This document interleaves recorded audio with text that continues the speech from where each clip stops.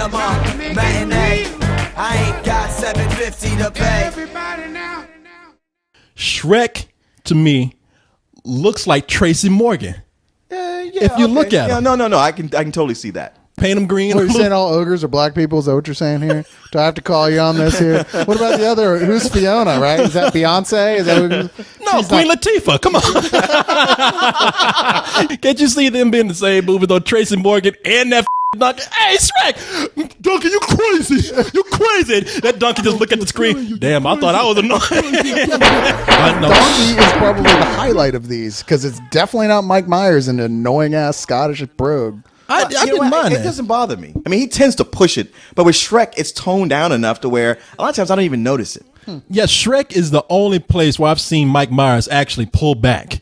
You know what I mean? He's a giant, green, mean ogre, and he plays it so subtle. And that's what really made me like Shrek, the character.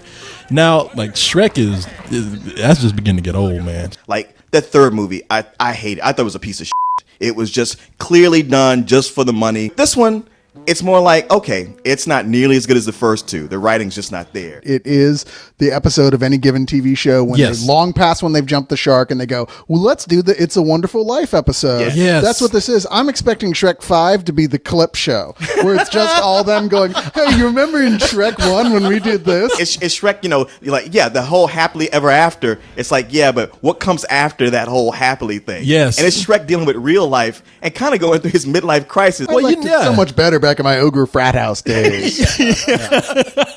Shrek, he's got 3 kids now and a wife and a mortgage or something. I don't know. And now normally where any other guy going through this situation where he's got to get away from his family, he's thinking like, man, I remember my days when I was out like chasing women, out drinking with the boys, staying out late. And Shrek is just like, I just want to go back to my days when I was a scary ogre.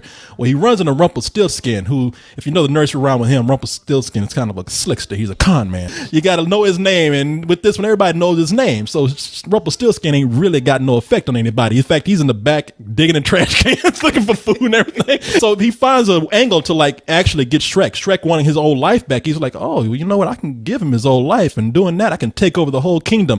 Now that's where the whole wonderful life thing comes in, because he's like, man, I wish there was a time I was a baby. And Rumpelstiltskin like, well, I'll take you back to where you were never born.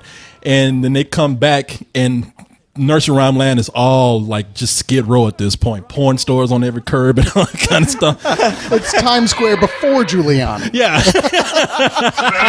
In this world where Shrek doesn't exist, Rumpelstiltskin has captured all the ogres because he's trying to capture Shrek just to make sure that Shrek can. There's no way he can reverse this. And compared to the other ogres, Shrek is kind of a pussy. Shrek ain't shit. All these other ogres are bigger than he is. Yeah. He's the runt. He's smaller, and they're definitely uglier. But I think it was one of those like, hey man, he's got that thing.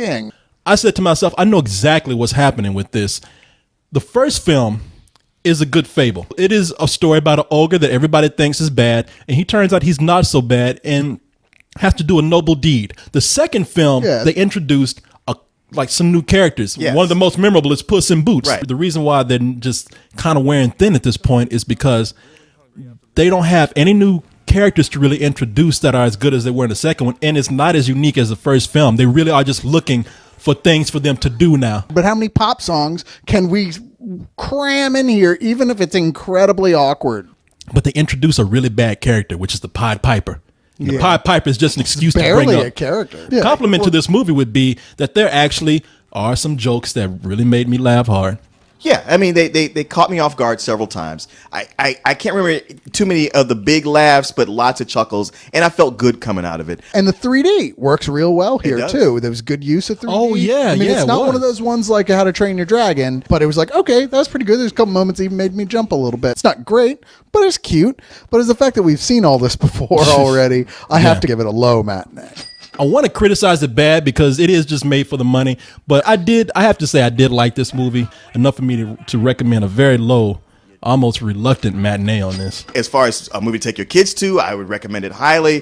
It's a movie you have to sit through with them. You'll enjoy it. It's just kind of nice, but it doesn't stretch to do anything special, so I come in at a low matinee. I thought Fiona was pretty hot in this movie. Man, I was. Yeah, no. Because when you go back to the regular world and she looks kind of frumpy again. You're like, let's go back to that Xeno warrior princess thing you had going, because that was hot. I'm so happy I found you.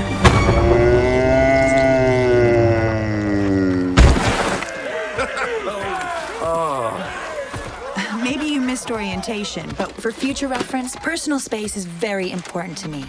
People would say, like, you know, that's the kind of girl you get like when you got beer goggles. No, that's who I see when I do have beer goggles is Fiona. I wake up with Shrek when I'm drinking, but when you sober up, it's Eddie Murphy. Hey!